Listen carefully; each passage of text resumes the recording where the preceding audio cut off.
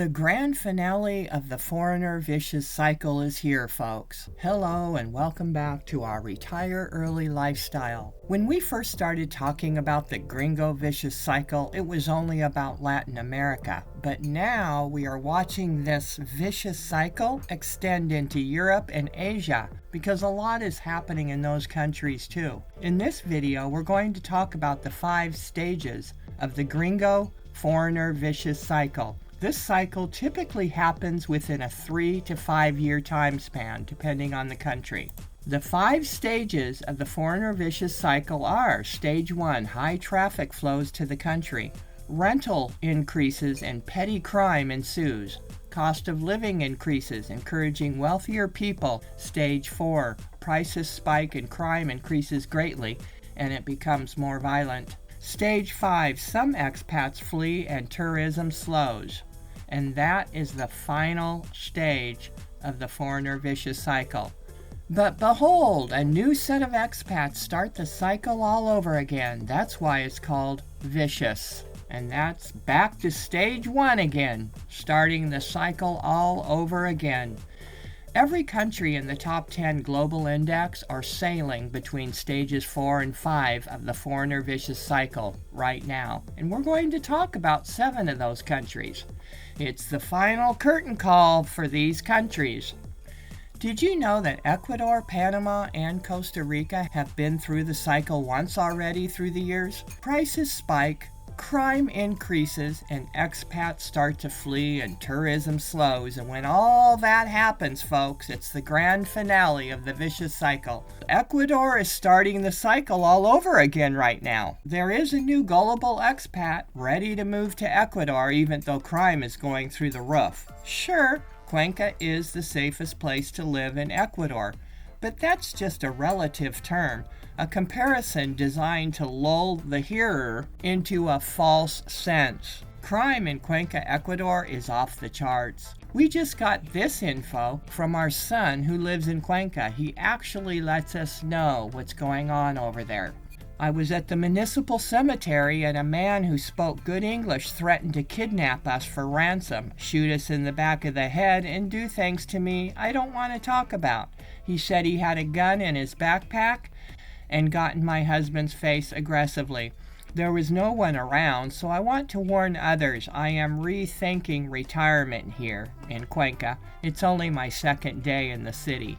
All it takes is for popular vloggers to make videos telling millions of viewers that Ecuador is safe. That's all it takes. The vloggers say something like this: "Oh, only the bad areas have crime. You wouldn't live in the bad area of Ecuador like Guayaquil, right?" That's what they're now telling people. The next thing is they will use the usual greed-inducing video showcasing an American expat living in a huge luxury apartment for peanuts, even though to the locals it's 2 months' salary. These glorified pumpers will invariably bring in a new set of gullible foreigners to Ecuador, and the vicious cycle starts all over again. However, it won't take 3 years this time. The cycle will happen much faster. And it is starting all over. We showed you a couple videos back, a young American expat that was returning home in Cuenca when he was just a block from his house in a good neighborhood, said the mother, and he was robbed for his valuables at gunpoint in broad daylight. Then, not a week later in Cuenca, a similar crime happened to a different American expat, and so we now know it's a serial mugger. Both of these incidents happened during the day, by the way. Expats and citizens alike are reporting feeling unsafe in Cuenca. That is tarnishing Cuenca's once safety level. Where have we heard that before? Well, Costa Rica comes to mind.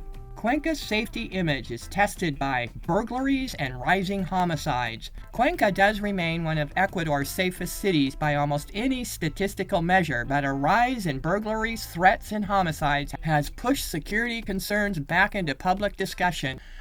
But anyway, this rising crime in Cuenca comes on the heels of popular vlogging peddlers that are telling folks who are desperate to get out of Dodge that Cuenca is safe. We were poo-pooed when we told our viewers in 2020 that crime was and would be increasing in Cuenca, Ecuador, while we were yet living there. And now, the proof is in the pudding. It's the same thing happening now, where some travel peddlers are telling folks that Costa Rica is pura vida and it's safe. Speaking of Costa Rica is in the advanced stage 5 of the vicious cycle, with the spike in crime. Many expats have fled, and tourism has slowed considerably. The final curtain is going down as we speak. Why is Costa Rica losing its tourism? They're leaving for the same reasons expats left their property behind when crime got out of hand in Panama in 2015. The smart expats that didn't buy property have already fled, and the smart tourists just quit traveling for vacations to Costa Rica right now. There are so many other safer countries to go to for vacation. Why go to Costa Rica when you have so many options? Costa Rica's crime wave challenges its economic stability. Well, we're sorry to hear that, but you have to control the crime in your country. If President Bukele can do it in El Salvador, one of the most violent countries in the world, any country can control their crime if they really wanted to. Between the spiraling prices, loss of tourism, and the crime waves, the vicious cycle has pretty much run its course in Costa Rica. How do you like that for a grand finale? Moving on to Greece and Italy. They are the giants right now because they're getting more foreigner traffic than the others in Europe. They're flowing between stages 3 and 4 of the vicious cycle, and they just need to run their course. They both have the spiraling prices and ensuing street crime as we make this video for you. In Italy, foreign travelers are the primary targets for highly organized, opportunistic street theft rather than violent crime. Italy's street crime on foreigners has skyrocketed, but thankfully it's mostly theft and robbery. Violence is rare, although it is increasing. Foreign nationals account for 69% of the thefts by stealth, 61% of burglaries, and 60.1% of public street robberies in Italy. Many of the victims of street crime in Italy are from North America. You're considered a rich American even in Southern Europe, and is why North Americans are one of the largest targets for street crimes in Europe. The bad apples think your valuables are better than their own citizens.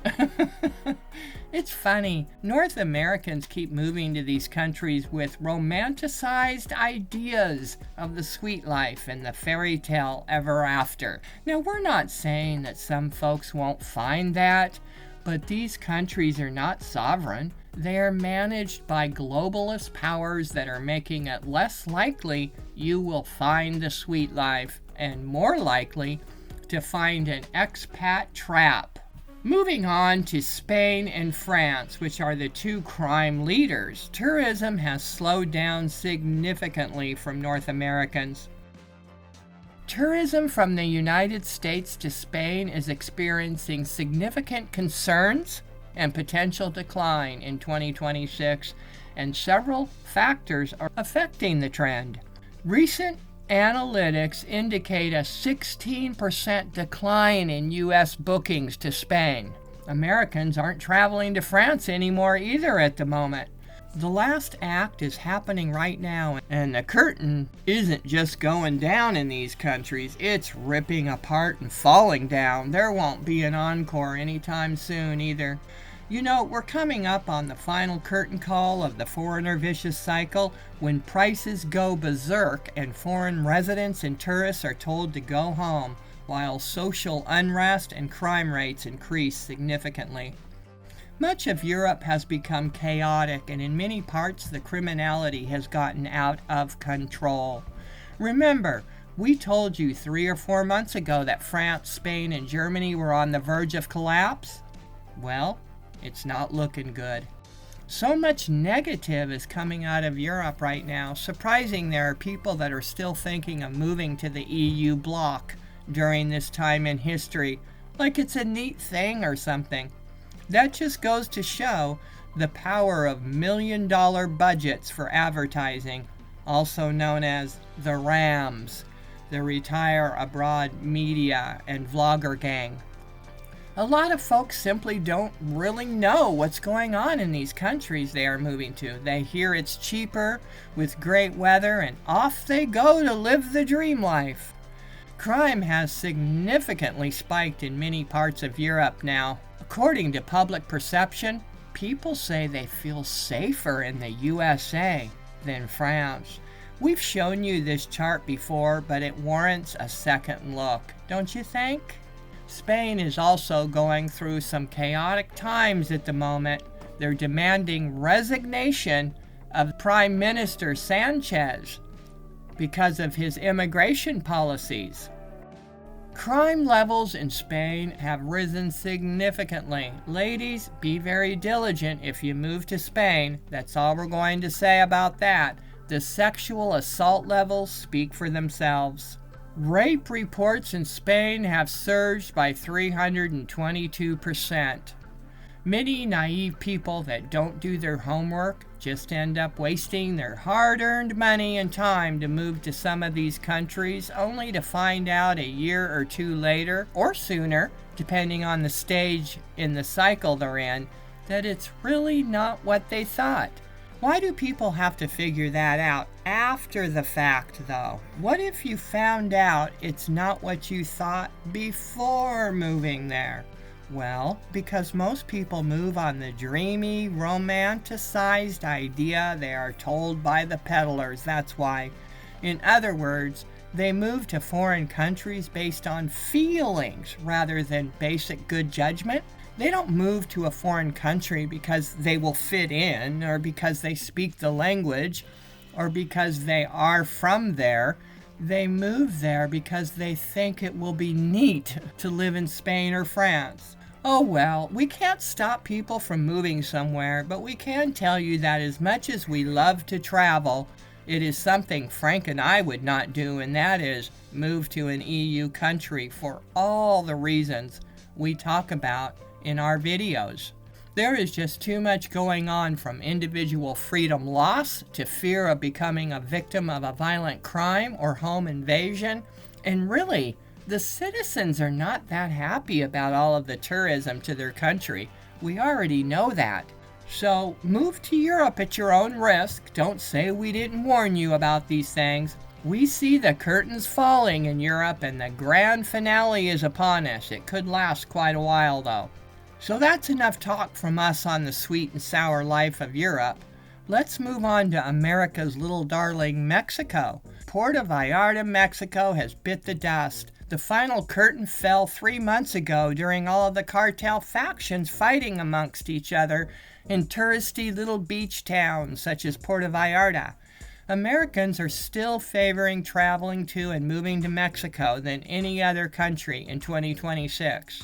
However, in May of 2026, 3 women were murdered in Puerto Vallarta in 11 days. There was also a murder of a woman in April of 2026, so 4 women have been murdered in less than a month in Puerto Vallarta, Mexico. Fears are mounting. There is a serial killer on the loose. Welcome to the grand finale of Mexico. But here's the thing. Sure, it's scary to think that there's a serial killer on the loose in a little touristy hotspot in Mexico, but if it's not just one killer, then does that mean several killers are on the loose? That makes it even scarier. What do you all think? Is this the work of one individual, or are there 3 or 4 killers on the loose in Puerto Vallarta? Here's a map showing where these horrific crimes occurred. They were found within 11 days of each other, and it's all happening right now. We can't believe we were just there a few years ago and sharing with our viewers in videos at that time that Puerto Vallarta also seemed dodgier and seedier than ever before. Did you miss those videos? Were you looking for the dreamy videos at that time? Let us know. It just wasn't the pristine natural beauty of a tourist hotspot that it was in times past when we vacationed there in the 1980s. And now this is happening. Paradise loved by Americans is rocked by serial killer. Be careful in Puerto Vallarta, ladies. I wouldn't go walking around alone, especially off the beaten path. Be smart. Don't take risks where something bad could happen to you. By the way, the province of Jalisco, where Puerto Vallarta is located, is now a level 3 alert by the U.S. Embassy. Reconsider travel. So there you go. Are you thinking of moving to Mexico? The financial thresholds just keep going to the moon. Here's what you're looking at now. The financial requirements for temporary residency are $4,200 to $4,400 in a monthly income, or $70,000 to $87,000. And the permanent residency requires $7,400 monthly income, or a $300,000 savings. Man, you could go to virtually anywhere in the world with that kind of money. And look at this. The visa processing fees have increased by over 100%. And here is an interesting thing. The look-back period. If you're planning to apply, keep in mind that consulates audit your bank statements for a 6-month look-back period. That's what they're calling it, look-back period. A 12-month look-back period for savings and investments, and your balances must consistently meet the updated threshold throughout the entire window. So be ready for your bank account to be audited and scrutinized by the Mexicans during the visa process and even after you receive your visa. They have to make sure you're towing the line to be able to stay in their country with the amount of financial worth you told them when applying for your visa. And on top of that, now you have strangers that know your hefty bank balances and also know your home address. Figure that one out. If that combination is making chop suey in Thailand, what do you think it will make in Mexico? A taco salad?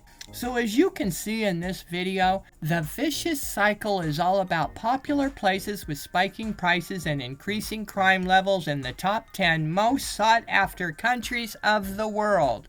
Welcome to paradise. Thanks for watching today. Take care and bye-bye.